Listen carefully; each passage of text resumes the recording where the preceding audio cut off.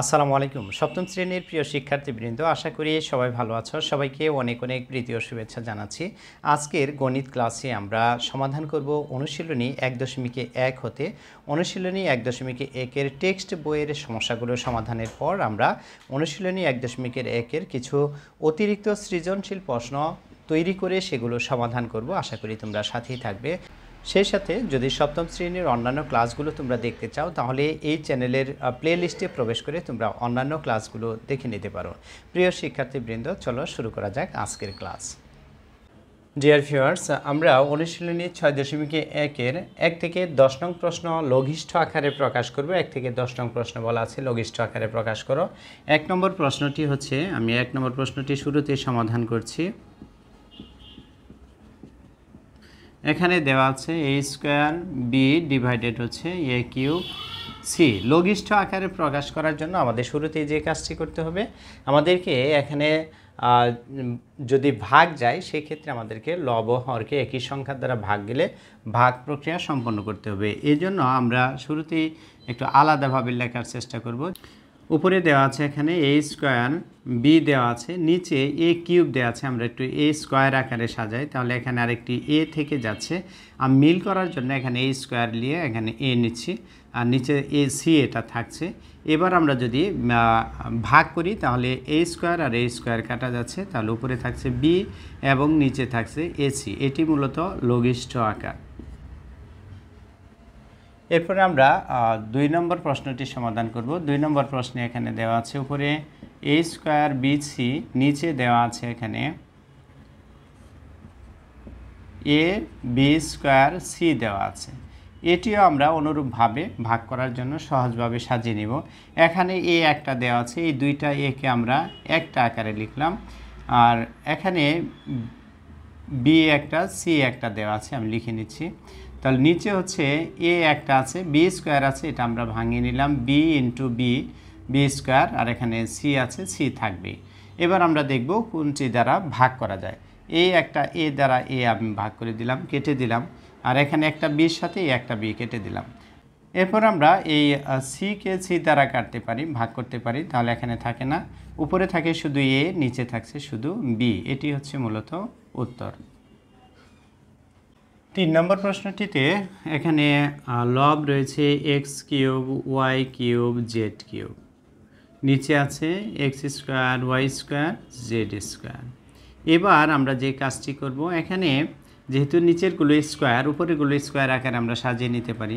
তাহলে স্কয়ার আকারে সাজালে আমরা উপরে পাচ্ছি x স্কয়ার ইন্টু x, এখানে y স্কয়ার ইন্টু y, যেহেতু 3টি করে আছে, এখানে z স্কয়ার ইন্টু z। ওকে, আর নিচে হচ্ছে x square y square z square. এবার আমরা ভাগ দেব, x স্কয়ারের সাথে x স্কয়ার কাটা যাবে, y স্কয়ারের সাথে y স্কয়ার এবং z স্কয়ারের সাথে z স্কয়ার কেটে যায়। তাহলে এখানে থাকে শুধু লব থাকে, হর এখানে 1 থাকে, 1 আমাদের লিখতে হবে না, তাহলে লব লিখবো আমরা x y z। এটি মূলত উত্তর। 4 নম্বর প্রশ্নে দেওয়া আছে এখানে কত আমরা দেখি। 4 নম্বরে দেওয়া আছে উপরে লব হচ্ছে x স্কয়ার প্লাস x, নিচে হর হচ্ছে x y প্লাস y। আমরা উপর থেকে কিন্তু কমন নিতে পারি x, তাহলে এখানে থাকে মূলত x প্লাস, এখানে x কমন নিলে 1 থাকে। তারপরে নিচে আমরা যদি y কমন নিই তাহলে আমরা পাচ্ছি, এখানে পাচ্ছি শুধু x, যেহেতু y কমন নিয়েছি, আর এখানে y কমন নিলে থাকে শুধু 1। তাহলে আমরা দেখতে পাচ্ছি উপরেও x প্লাস 1 আছে, নিচেও x প্লাস 1 আছে, এই দুইটি কেটে দিচ্ছি আমি। তাহলে এখানে উপরে থাকে x, নিচে থাকে y। এটাই মূলত লঘিষ্ঠ আকারে প্রকাশ। 5 নম্বর প্রশ্নটি আমরা সমাধান করব। 5 নম্বর প্রশ্নে এখানে আমরা যদি আলাদাভাবে লিখি তাহলে এখানে লেখা যায় 2 ইন্টু 2, অর্থাৎ 4কে আমরা ভাঙিয়েছি। এরপরে নিচে a কিউব আছে, তাহলে আমরা এখানে a স্কয়ার রাখছি এবং b রাখছি, সমস্যা নেই। এবার আমরা 6কে যদি ভাঙাই, আমরা জানি 3 দুগুণে হচ্ছে 6, তাহলে এটি লিখলাম। এরপরে আমাদেরকে a স্কয়ার আছে উপরে, a স্কয়ার হিসেবে আঁকলাম এখানে, এবং একটি a থেকে যাচ্ছে এবং ইন্টু এখানে b আছে, b আকারে আমি লিখছি। এরপর আমরা যদি ভাগ করি, 2কে 2 দ্বারা ভাগ করলাম, আমি কেটে গেল, a স্কয়ার চলে গেল, এবার b আর b চলে যায়, তাহলে উপরে থাকছে অনলি 2, আর নিচে থাকতেছে আমাদের 3 ইন্টু a, অর্থাৎ 3a হচ্ছে নিচে। এটি মূলত উত্তর। ছয় নম্বর প্রশ্নটি আমরা দেখব। ছয় নম্বর প্রশ্নে উপরে আছে এখানে 2a উভয় পক্ষে কমন যা আমি 2a কমন নিচ্ছি, তাহলে এখানে থাকে কত 1 থাকে, এখানে 2a কমন নিলে মাইনাস 2a কমন নিলে এখানে থাকে 2b থাকে এখানে, তাহলে 2a কমন নিলে 2 দুগুণে 4, 2 আর a কমন চলে গেছে, এখানে b রয়েছে। নিচে আমরা যেটি করতে পারি a square minus b square এই সূত্রটি লিখতে পারি, তাহলে আমরা এখানে লিখতে পারি a স্কোয়ার মাইনাস 2b দিয়ে আমরা b স্কোয়ার আকারে সাজালাম ইকুয়াল, তাহলে উপরে থাকছে কত 2a ইন্টু 1 মাইনাস 2b, নিচে থাকতেছে হচ্ছে 1 প্লাস 2b অর্থাৎ a square minus b square 1 plus 2b into 1 minus 2b 1 minus 2b। ওকে, তাহলে এরপরে হচ্ছে 1 মাইনাস 2b এটা থেকে, আর এটি আমরা কেটে দিলাম 1 মাইনাস 2b, তাহলে উপরে পাচ্ছি আমরা 2a, নিচে পাচ্ছি আমরা 1 প্লাস 2b, তাহলে এটি হচ্ছে মূলত লঘিষ্ঠ আকারে প্রকাশ। 7 নম্বর প্রশ্নটি আমরা দেখব। 7 নম্বর প্রশ্নে আমরা প্রথম অংশে দেখতে পাচ্ছি যে লবের ক্ষেত্রে কোনো কিছু কমন নেওয়া যায় না, আমরা রেখে দিচ্ছি এখানে 2a প্লাস 3b। হরের ক্ষেত্রে আমরা দেখছি যে a square minus b square আকারে সাজানো যায়, আমি সাজিয়ে নিলাম 2a whole square minus 3b whole square. Okay, তারপরে আমাদের কাজ হচ্ছে এখানে উপরে যা আছে তাই লিখে নিচ্ছি আমি 2a প্লাস 3b, আর নিচে আছে আমাদের a square minus b square অর্থাৎ 2a plus 3b, a plus b লিখলাম, এরপরে a মাইনাস b অর্থাৎ 2a মাইনাস 3b। এরপরে আমরা যদি ভাগ যাই সেক্ষেত্রে আমরা ভাগ করে দিচ্ছি, এটার সাথে এটা ভাগ করা যায় 2a plus 3b 2a plus 3b, তাহলে উপরে থাকে শুধু 1 লব হিসেবে থাকে, আর নিচে থাকতেছে এখানে 2a মাইনাস 3b, তাহলে এটি হচ্ছে মূলত নির্ণেয় উত্তর বা ফলাফল। এরপরে আমরা 8 নম্বর প্রশ্নটি সমাধান করব। 8 নম্বর প্রশ্নের ক্ষেত্রে আমরা লবের ক্ষেত্রে দেখতে পাচ্ছি এখানে একটা সূত্র অ্যাপ্লাই করা যায়, সেটি হচ্ছে a square plus 2ab plus b square, আমরা এই সূত্র অনুযায়ী লিখছি, তাহলে এখানে হবে a স্কোয়ার প্লাস 2i সূত্রে 2, a বলতে এখানে a আছে, b এর জায়গায় আছে এখানে 4 অর্থাৎ 2 দুগুণে 4 হবে অর্থাৎ 2 হবে, b এর জায়গায় আছে 2, তাহলে আমি 2 দিয়ে দিলাম প্লাস b স্কোয়ার মানে 2 স্কোয়ার, তাহলে আমরা একটা সূত্র পেয়েছি, কি পেয়েছি যে a square plus 2ab plus b square এটা পেয়েছে, আর নিচে a square minus b square এই আকারে সাজানো যায়, আমি সাজিয়ে নিই a square minus b square equal, তাহলে উপরে হচ্ছে a square plus 2ab plus b square সমান আমরা জানি a plus b whole square, a বলতে এখানে আছে a, b এর জায়গায় আছে 2a plus b whole square লিখলাম আমি, নিচে এখানে a square minus b square সূত্র আমরা অ্যাপ্লাই করব, তাহলে পাবো আমরা a প্লাস 2 অর্থাৎ a plus b into a minus b a minus 2।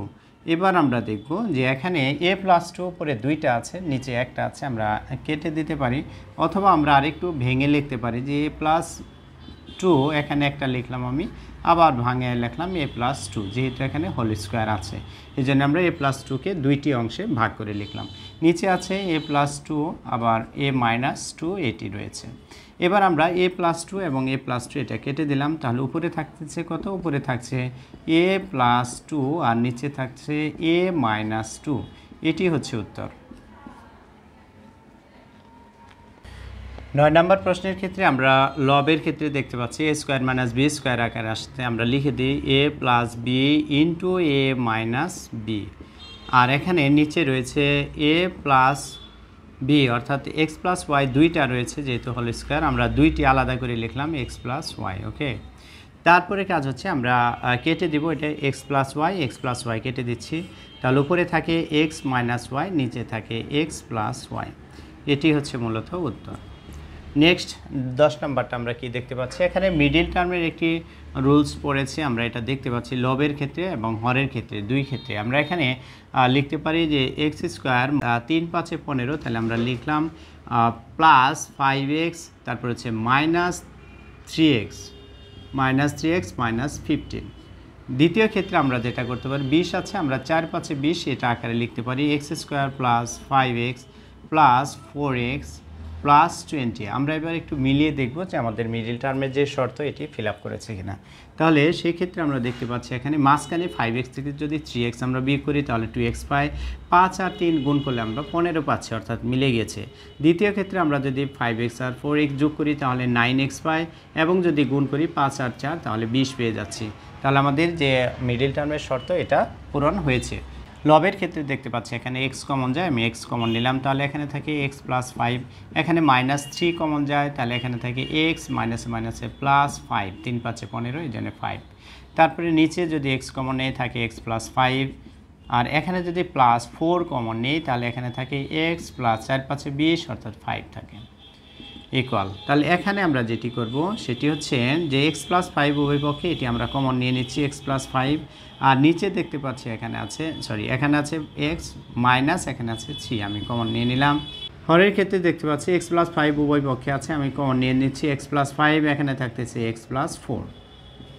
এবার আমরা যে কাজ করব এক্স প্লাস 5 কেটে দেবো, এটা কেটে দিলাম আমি, তাহলে উপরে লবের জায়গায় থাকতেছে এখানে এক্স মাইনাস 3 আর হরের জায়গায় থাকতেছে এক্স প্লাস 4। এটি হচ্ছে মূলত লঘিষ্ঠ আকারে প্রকাশ। 11 নম্বর প্রশ্নে দেওয়া আছে যে সাধারণ হর বিশিষ্ট ভগ্নাংশে প্রকাশ করো। এখানে প্রদত্ত যে দুটি ভগ্নাংশ দেওয়া আছে এই দুটি ভগ্নাংশের হর কিন্তু ভিন্ন, আলাদা।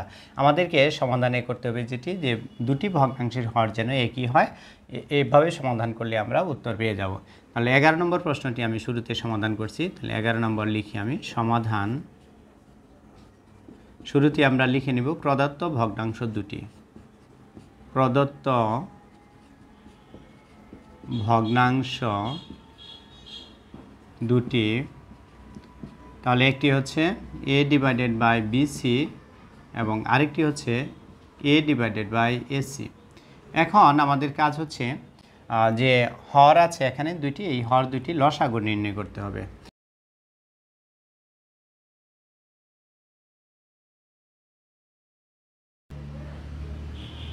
এখন আমরা লিখব যে ভগ্নাংশ দুটির হর বিসি ও এসি এর লসাগু। তাহলে লসাগু পাচ্ছি আমরা কত, এখানে এ নিয়ে আসলাম প্রথমে, তারপরে আছে এখানে বি আছে, আমি বি নিয়ে আসলাম, সি দুই জায়গায় আছে বাট এখানে সি একটি করে আছে দুই জায়গায়, এই জন্য একটি সি আসবে, সি আসলো লসাগু। অতএব আমরা প্রথম ভগ্নাংশটি লিখছি, এখানে প্রথম ভগ্নাংশ আছে এ ডিভাইডেড বাই এখানে আছে বিসি সমান, এবার আমাদেরকে এ এবং বিসির সাথে কিছু গুণ করতে হবে। আমরা কি গুণ করব? আমরা গুণ করব যেহেতু এখানে লসাগু পেয়েছি আমরা এ বি সি, এটিকে আমরা ভাগ করব এই ভগ্নাংশের যে হর আছে বিসি এটা দ্বারা, তাহলে বিসি দ্বারা এটা যদি ভাগ করি আমরা কত পাই? এ পাই। এই প্রাপ্ত এ কে আমরা লব এবং হরের সাথে গুণ করে দিব। তাহলে এখানে এ দ্বারা উপরেও গুণ, এ নিচেও গুণ, তাহলে কত পাচ্ছি আমরা এখানে পাচ্ছি এ স্কোয়ার ডিভাইডেড হচ্ছে এ বি সি। নেক্সট হচ্ছে দ্বিতীয় ভগ্নাংশ, এখানে দেওয়া আছে এবং দিয়ে আমি লিখলাম এবং এ ডিভাইডেড বাই এসি ইকুয়াল, তাহলে এর সাথেও আমরা গুণ করব, এসির সাথে গুণ করব। কি গুণ করব আমরা এই সাইড থেকে লিখে নেব। লসাগু পেয়েছি এ বি সি, তাহলে এ বি সি ডিভাইডেড এখানে হর আছে এসি, এসি দ্বারা ভাগ করব। এসি দ্বারা যদি আমরা ভাগ করি তাহলে শুধু বি থাকে, এখানে লব এবং হরের সাথে এবার আমরা বি গুণ করব, তাহলে গুণ বি, এখানেও লিখলাম বি ইকুয়াল, এখানে পাচ্ছি আমরা এ বি পাচ্ছি উপরে, নিচে পাচ্ছি এ বি সি। সুতরাং নির্ণেয় সাধারণ ভগ্নাংশ দুটি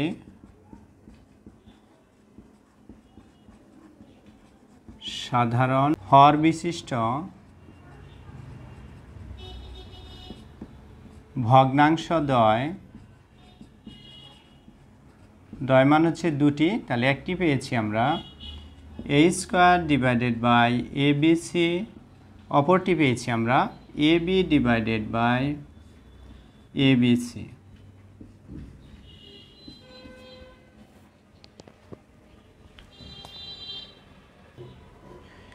বারো নম্বর প্রশ্ন আর 11 নম্বর প্রায় সেম, আমরা প্রথমে লিখে নিব প্রদত্ত ভগ্নাংশ দুটি কত আছে, এক্স ডিভাইডেড বাই এখানে আছে পি কিউ আর এখানে ওয়াই ডিভাইডেড বাই আছে P R.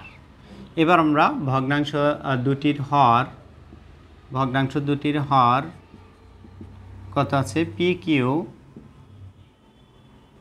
O P R এর লসাগু বের করব। পি আর এর লসাগু ইকুয়াল কত পাবো আমরা, আমরা প্রথমে পি নিয়ে নিচ্ছি, পি একটি করে আছে দুই পাশ থেকে, আমরা একটি পি নিলাম। তারপরে কিউ আছে, আমরা জানি লসাগুর ক্ষেত্রে কমন আনকমন সবই নিতে হয়। এরপরে আর আছে, আমরা আরও নিয়ে নিচ্ছি। তাহলে অনুরূপভাবে আমরা প্রথম ভগ্নাংশটি এখানে লিখব। এখানে হচ্ছে x divided by P q equal x into দিয়ে রাখি আমরা পি কিউ ইন্টু দিয়ে রাখলাম। এবার আমরা দেখব যে লসাগু পেয়েছি পি কিউ আর। পি কিউ আরকে আমরা ভাগ করব এবার হর দ্বারা, পি কিউ দ্বারা। পি কিউ দ্বারা ভাগ করলে আমরা পাচ্ছি শুধু আর পাচ্ছি। তাহলে এই প্রাপ্ত আরকে আমরা লবের সাথেও গুণ করব, হরের সাথেও গুণ করব। তাহলে পাচ্ছি এখানে উপরে এক্স আর, নিচে পাচ্ছি পি কিউ আর। এবং দ্বিতীয় ভগ্নাংশে আমরা চলে আসি। এবার দ্বিতীয় ভগ্নাংশটি আছে এখানে, উপরে হচ্ছে ওয়াই, নিচে হচ্ছে পি আর ইকুয়াল, তাহলে এখানে আমরা পাচ্ছি ওয়াই ইন্টু, এখানে পাচ্ছি পি আর ইন্টু। এবারও আমরা সেম যে পি কিউ আরকে প্রাপ্ত লসাগু পি কিউ আরকে ভাগ করব, পি কিউ আরকে আমরা ভাগ করব কত দ্বারা? ভাগ করব পি আর দ্বারা। তাহলে পি আর দ্বারা যদি আমরা ভাগ করি তাহলে পাচ্ছি আমরা শুধু কিউ পেয়ে যাচ্ছি এখানে। এবার উপরেও কিউ গুণ করতে হবে আমাদের, নিচেও কিউ গুণ করতে হবে। তাহলে উপরে পেয়ে যাচ্ছি আমরা ওয়াই কিউ, আর নিচে পাচ্ছি আমরা পি কিউ আর পেয়ে যাচ্ছি। তাহলে এখন দুটি ভগ্নাংশ আমরা পেয়ে গেছি। অতএব আমরা কি লিখব? অতএব নির্ণেয় সাধারণ হর বিশিষ্ট ভগ্নাংশ